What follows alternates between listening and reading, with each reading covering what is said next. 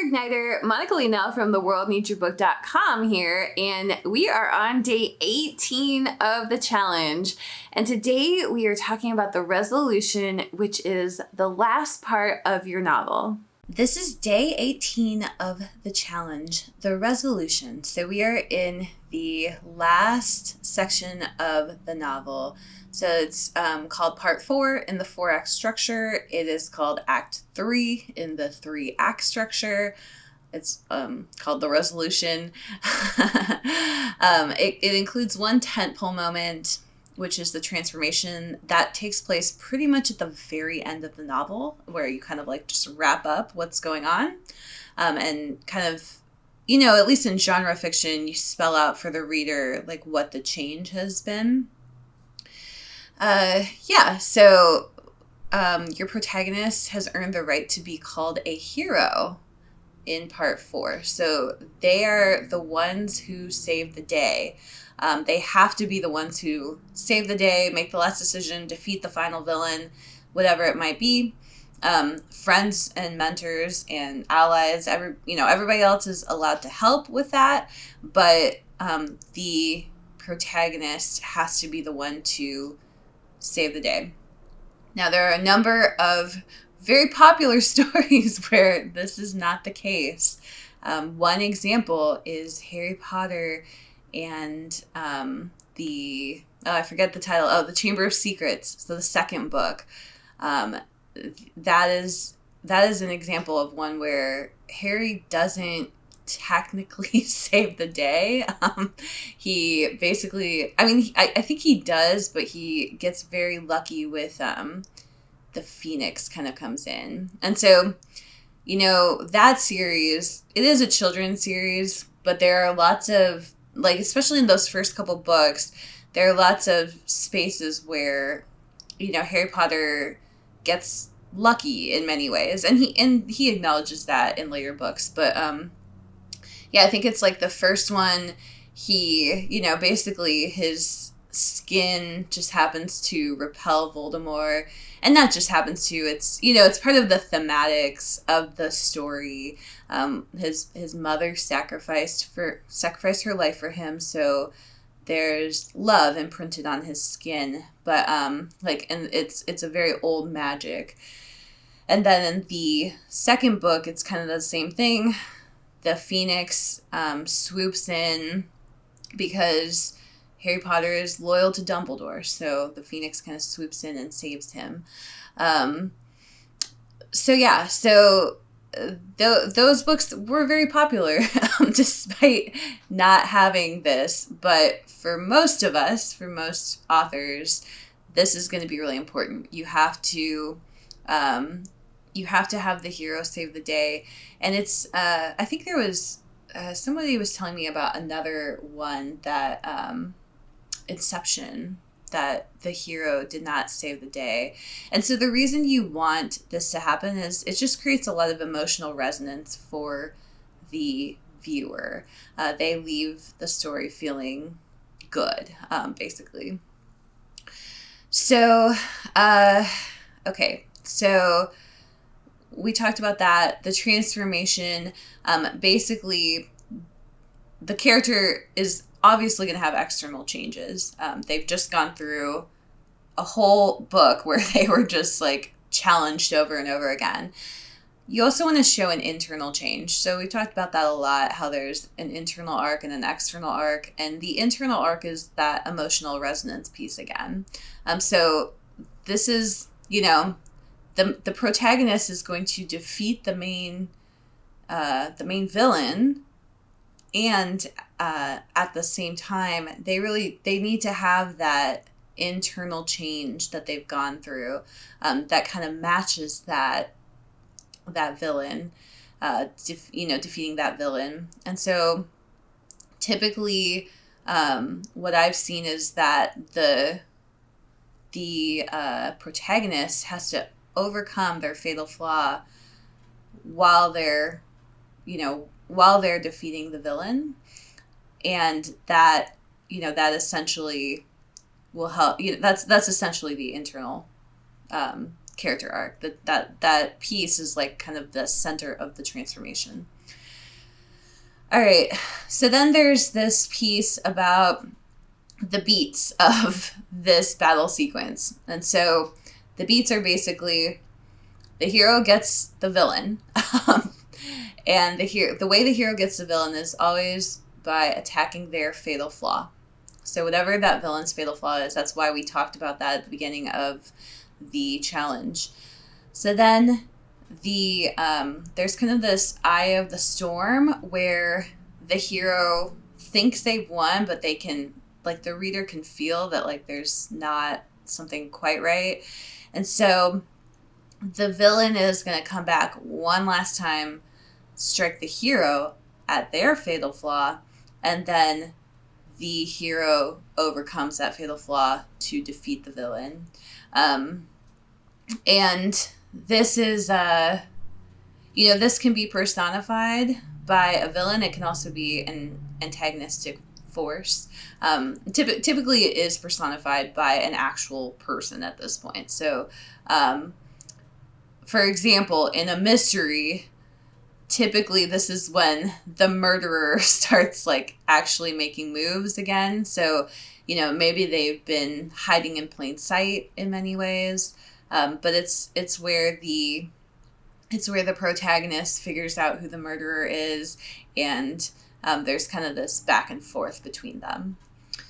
So the hero is probably risking their life in this battle, especially if you're doing like a fantasy series, a sci-fi series,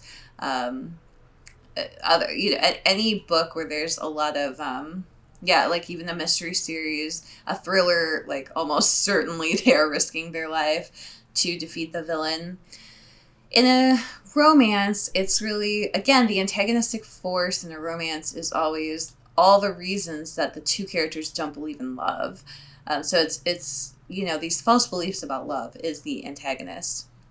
So this is the part where, like, the characters, they think that they're together and they're solid and they're getting married, and then the ex-wife comes back in and she, drops a bomb on the heroine, and the heroine runs away from the relationship. It's like, so like the relationship is essentially tested at this point. And so in that case, the heroine is not necessarily risking her life, but risking the relationship. And usually the relationship falls apart right before it comes back together in a romance. All right, so hopefully that's helpful. So resolution for each character. I talk about, the kind of 1-2 punch between the hero and villain. And I think looking at this is like, to me, the easiest thing is to say, like, what's the fatal flaw of the villain? The hero gets them that way. What's the, and then the villain overcomes it. And then the villain kind of leans into it as well, because they're usually more evil. Then what's the fatal flaw of the hero? And the villain gets them. And then the hero overcomes it. So, you can do your final battle sequence a different way, but to me, this is really the easiest. And it's just there are other ways to end this, but this is a very tried and true way that, pretty much as long as you follow this pattern, it will pretty much, get you that emotional resonance that you're hoping for. So if you write genre fiction, it is pretty safe to follow this pattern. All right, so for each character, you're going to do how the hero confronts the villain. That question, I think fairly straightforward. It can also be like how the villain confronts the hero. So it could be one of the two scenarios, but what I've seen work better is that the hero goes to the villain. And the reason why is because, remember, they're in warrior mode, they're in active mode, so it's very unusual for them to go back to passive mode in the last part. Like, they're usually, like, once they hit that warrior mode, after the middle of the novel, they're kind of accelerating toward the villain. So it would be very weird if they're like, they're going and going, and then the villain just finds them. That's like, that's not, that's just not, there's not a lot of momentum there, basically, or that kind of kills the momentum. So how the hero confronts the villain, what is the villain's fatal flaw, and essentially their downfall. So it's going to be something pretty good, like, you know, in the Hunger Games, the villain's fatal flaw, which was Cato. Cato was kind of the main villain there. So his fatal flaw was that he was just like basically just big and strong, and he believed that Katniss would. He had sacrificed all his allies in order to win the Hunger Games. And so he has Katniss's partner, Peeta, in a, like, in an arm, you know, in an arm hold. Like, he has his arm around his neck, or, you know, something similar. I'm not 100% on the details. But he believes that Katniss is going to sacrifice Peeta in order to win, and turns out to be just wrong. And so her and Peeta are able to partner together to trick Cato, and then he falls to his death, and then he doesn't really end up dying right away, which is very terrible. It's actually just this horrible scene, which we'll talk about next. It's the eerie eye of the storm, that scene. So that's the villain's fatal flaw. So then, in the eerie eye of the storm, the hero thinks they've won.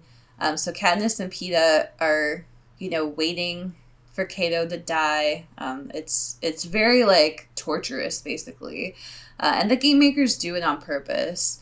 And it's deeply disturbing to both Katniss and Peeta, I think, but especially to Katniss. And during that time, she realizes, like, wow, you know, Cato, she had spent this whole time in the games, you know, just focused on the other tributes that she was battling against.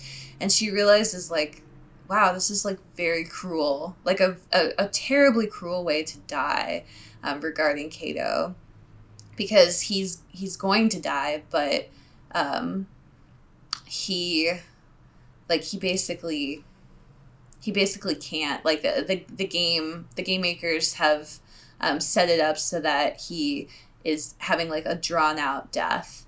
And she just realizes, like, wow, this is just deeply disturbing that the character knows he's going to die, and they're torturing him essentially like reality TV. And so she's super disturbed by that.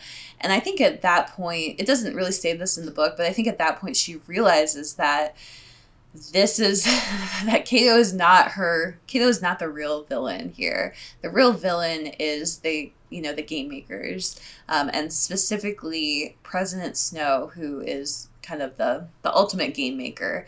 And she's very disturbed by this. There's this,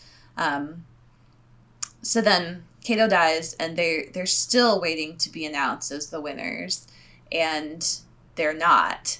And then, and Katniss and Peeta, they think they've won. They've really outsmarted everybody in this game. But then the true villain comes back and says, new rule, the two of you cannot both win. Only one of you can go home. And so that puts them in a place of turning on each other. And the game makers are doing this for drama. Like, they had never intended to allow both of them to go home, basically. So Katniss's fatal flaw is really, she wants to go home. She's going to survive.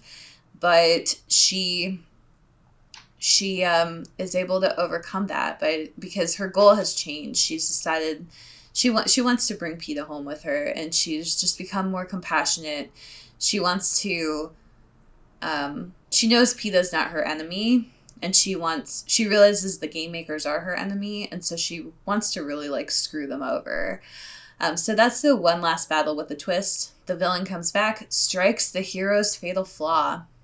And so it's right there in the Hunger Games.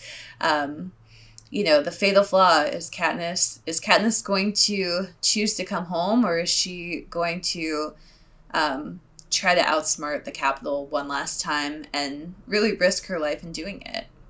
And so that's how the hero overcomes their fatal flaw. In the Hunger Games, Katniss uses these poisonous berries. She hands some to Peeta, and she says, "Okay, we'll just die together, and the game makers will have no winner of their games."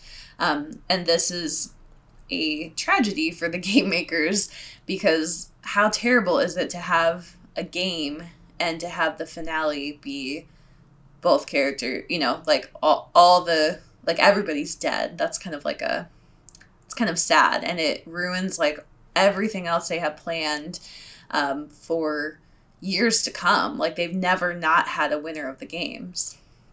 So, so Katniss outsmarts them, at least for the time being. And so they declare that both Katniss and Peeta are the winners, and they move forward with that.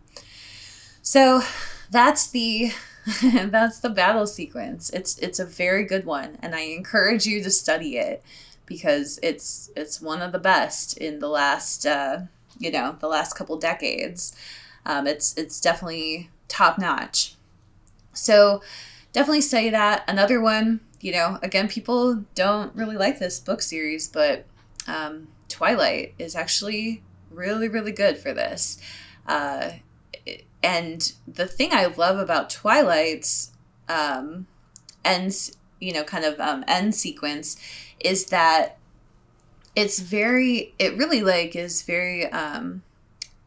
follows almost a romance structure, in addition to also following like a thriller structure. And I think that's one of the biggest reasons that Twilight was much bigger than any of its contemporaries, is because it really has a full romance structure built into it, in the sense that, the story's from Bella's perspective and she is the heroine, but all these points are also mapped for her vampire love, Edward. So recently, so Stephenie Meyer released Twilight back in 2007, I think. So at the time of this recording in 2020, she has just released a counterpart book, or like a companion book to the series called Midnight Sun. And the Midnight Sun is from Edward's perspective. And so what's interesting about it is that all the points that, all of these points were mapped out for Bella in the first book, but they were also mapped out for Edward in that first book. And she's, if you read Midnight Sun, you can see like Edward's full character arc was there the entire time, basically. Even though it was more from Bella's, it was from Bella's perspective in the first book. But Stephenie Meyer had also mapped out Edward's points, and that created a lot of emotional resonance for the character of Edward. And so that's very powerful in terms of building a brand around a romance. A lot of the reason why people love Twilight is because they fell in love with Edward. And a lot of that is because he had a very well-written character arc that had both internal and external resonance. So definitely, if you check out those two books as well. And the reason I mentioned, these are both young adult books, but the reason I mentioned them is because they're some of the biggest books of the last couple decades. They went on to spawn major franchises. Another place you can look for this, if you really want to study this, is comic books, comic book series. There's lots of television shows that really fit this formula, and really any comic book fight at the end of pretty much any episode of a TV series that is about superheroes, it will have this exact set of beats play out. And they're, it's not it's not always as deep as some of these other ones I've described regarding the fatal flaw, but you'll see that kind of like 1-2 back and forth set of beats in those superhero stories as well. So if you're kind of not into the Hunger Games or Twilight, you could check it out there. And I encourage you, like, as you're going through, you know, whatever type of book you like to read, to look at this and to notice this, because once you're aware of it, you will start to see it everywhere. And you'll start to see that, like, the stories that don't resonate as well at the end are the ones where these final battle scenes are not very closely tied to the fatal flaws. And that tends to cause less emotional resonance.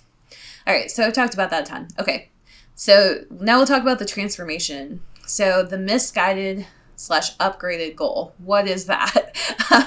It's basically just to show how far the character has come. And so with the Hunger Games, I'll give you an example of it. And this misguided or upgraded goal, it's really, you're going to put it at about the 75% mark. So whenever the resolution section for your book starts, maybe at 75% mark, could be at the 90% mark if you're doing the condensed version. You're going to put this misguided / upgraded goal there.